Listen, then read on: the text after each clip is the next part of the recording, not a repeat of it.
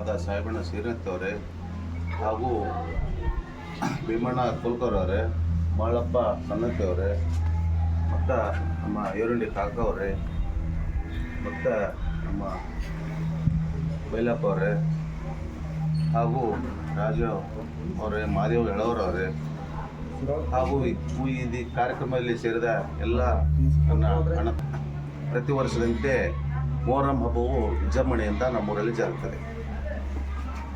ವಿಶೇಷ ಏನಪ್ಪ ಅಂತಂದರೆ, ಇಲ್ಕಲ್ದಲ್ಲಿ ಬಿಟ್ಟರೆ ಸಿರವಳದಲ್ಲಿ ಮಾತ್ರ ನಾವು ಈ ಒಂದು ದೊಡ್ಡ ಹಬ್ಬವನ್ನು ನಾವು ಕಾಣ್ಬೋದು. ಹಾಗೆ ನಮ್ಮ ಸಿರವಾಳ ಕೂಡ ಶಾಂತಿಗೆ ಹೆಸರಾದಂಥ ಊರು. ಇಲ್ಲಿವರೆಗೂ ಯಾವುದೇ ಘಟನೆ ಜರುಗಿಲ್ಲ. ಅವತ್ತು ಎಲ್ಲರೂ ಸಂಭ್ರಮದಲ್ಲಿರ್ತಾರೆ, ಅತಿಯಾದ ಖುಷಿಯಲ್ಲಿರ್ತಾರೆ, ಮೋಜು ಮಸ್ತಿ ಮಾಡ್ತಿರ್ತಾರೆ. ಆದರೆ ಸಣ್ಣ ಪುಟ್ಟ ಘಟನೆಗಳು ಬರ್ತವೆ, ಆದರೆ ನಾವೇ ಸರಿ ಮಾಡ್ಕೊತೀವಿ. ಇಲ್ಲಿವರೆಗೂ ಹಾಗೆ ಬಂದಿದೆ, ಮುಂದೆ ಕೂಡ ಹಾಗೆ ಆಗುತ್ತೆ. ಹಾಗೆ ನಮಗೆ ಪೊಲೀಸ್ ಅಧಿಕಾರಿಗಳು ಒಂದೊಂದು ಸಂದರ್ಭ ಬಂದಾಗ ರಾಜಣ್ಣ ಕುಲ್ಕರ್ಣಿ ಹೇಳಿದ್ರು, ಕೋವಿಡ್ ಸಂದರ್ಭದಲ್ಲಿ ನಮಗೆಲ್ಲ ಎಷ್ಟೆಲ್ಲ ಸಹಕಾರ ಕೊಟ್ಟರು. ಆವಾಗ ನಾವು ದೇವರು ಯಾವುದೇ ಕಾರಣಕ್ಕೂ ಶಾಪಕ್ಕೆ ಹೋಗಬಾರ್ದಿತ್ತು ಪರಿಸ್ಥಿತಿ. ಅಂಥದ್ರಲ್ಲಿ ಕೂಡ ಪೊಲೀಸ್ ಅಧಿಕಾರಿಗಳು ನಮಗೆ ಸಾಥ್ ಕೊಟ್ಟು ನಮಗೆ ದೇವ್ರ ಕಾರ್ಯಕ್ರಮಕ್ಕೆ ಮಾಡಲಿಕ್ಕೆ ಅನುಕೂಲ ಮಾಡಿಕೊಟ್ರು. ಆ ಸಂದರ್ಭದಲ್ಲಿ ಅವರಿಗೆ ಈ ಸಂದರ್ಭದಲ್ಲಿ ಧನ್ಯವಾದಗಳನ್ನು ತಿಳಿಸ್ತೀನಿ.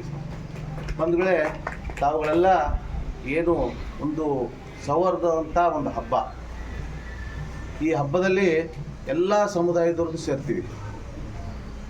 ಒಂದು ಸಮುದಾಯದಲ್ಲ, ಇಡೀ ಸುತ್ತಲ ಹಳ್ಳಿ ಜನ ಮತ್ತು ಇಡೀ ನಮ್ಮ ಒಂದು ತಾಲೂಕಲ್ಲಿ, ಇಡೀ ಕರ್ನಾಟಕ ರಾಜ್ಯದಲ್ಲೆಲ್ಲ ಯಾವುದೇ ಪ್ರದೇಶದಲ್ಲಿದ್ದರೂ ಕೂಡ ಇವತ್ತು ಹಬ್ಬದ ಸಂದರ್ಭದಲ್ಲಿ ಎಲ್ಲರೂ ಊರಿಗೆ ಬರ್ತಾರೆ.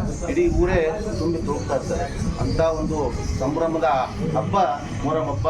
ಎಲ್ಲರೂ ನಾವುಗಳು ಅಣ್ಣ ತಮ್ಮಂದರಾಗಿ ಎಲ್ಲ ಮಂದಿ ಜವಾಬ್ದಾರಿ ನಮ್ಮದೇ, ಇದು ಮನೆ ಹಬ್ಬ ಅನ್ನೋ ರೀತಿಯಲ್ಲಿ ನಾವೆಲ್ಲರೂ ಒಬ್ರಿಗೊಬ್ಬರು ಏನು ಒಂದು ವಿಜನ್ ಮಾಡ್ಕೊಂತ, ಅಬ್ಸರ್ವೇಷನ್ ಮಾಡ್ಕೊಂತ, ಯಾರಿಗೂ ತೊಂದರೆ ಆಗದ ರೀತಿಯಲ್ಲಿ ಹಬ್ಬ ಆಚರಣೆ ಮಾಡೋಣ ಅಂತ ಈ ಸಂದರ್ಭದಲ್ಲಿ ಹೇಳ್ತೀನಿ.